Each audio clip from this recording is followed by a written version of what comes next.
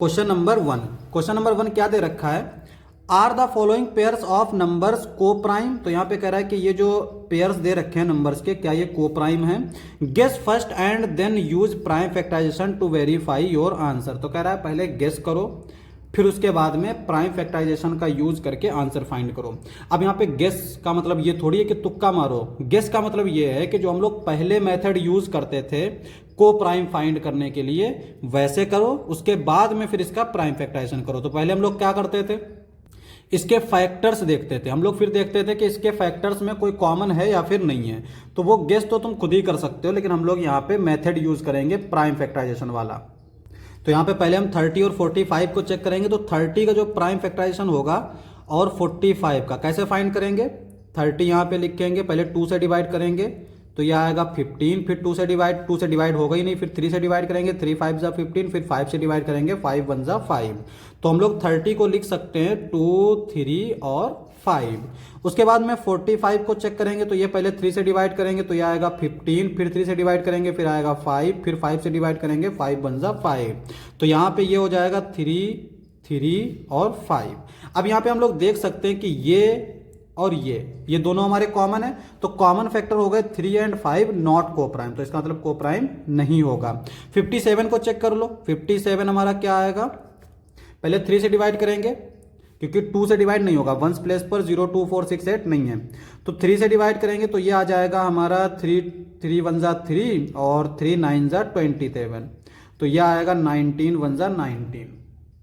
तो 57 का जो प्राइम फैक्टराइजेशन होगा वो आएगा 3 इंटू 19। उसके बाद में हम लोग 85 का करें तो ये आएगा हमारा, ये हमारा 2 3 से जाएगा नहीं, 5 से जाएगा डायरेक्ट। तो 5 1 जा 5, यहाँ पे बचेगा 3, इधर जाएगा 35, 5 7 जा 35 और ये 17 हमारा प्राइम नंबर है, तो 17 1 जा 17। तो 85 का जो प्राइम फैक्टराइजेशन होगा वो होगा 5 इंटू 17।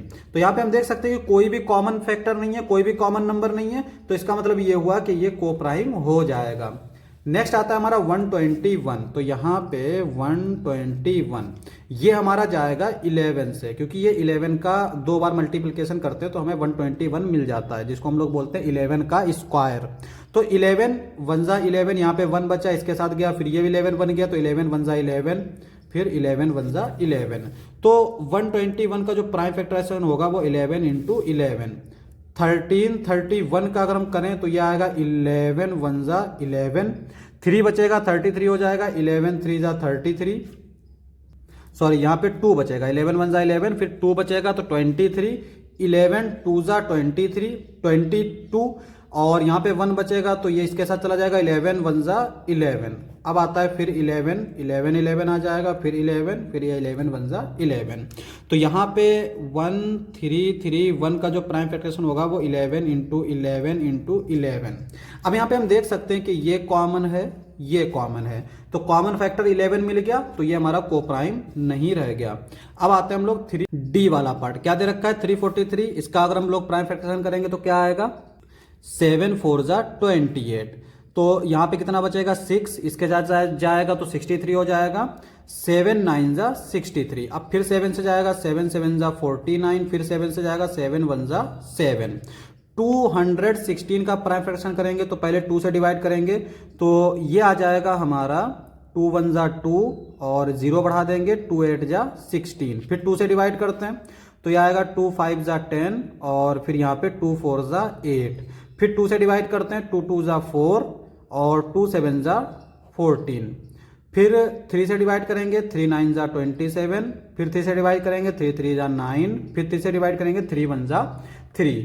तो यहाँ पे 343 का अगर हम प्राइम फैक्टराइजेशन लिखेंगे तो 7 इंटू 7 इंटू 7, और 216 का अगर हम लिखेंगे तो यह आएगा 1 2 3 1 2 3।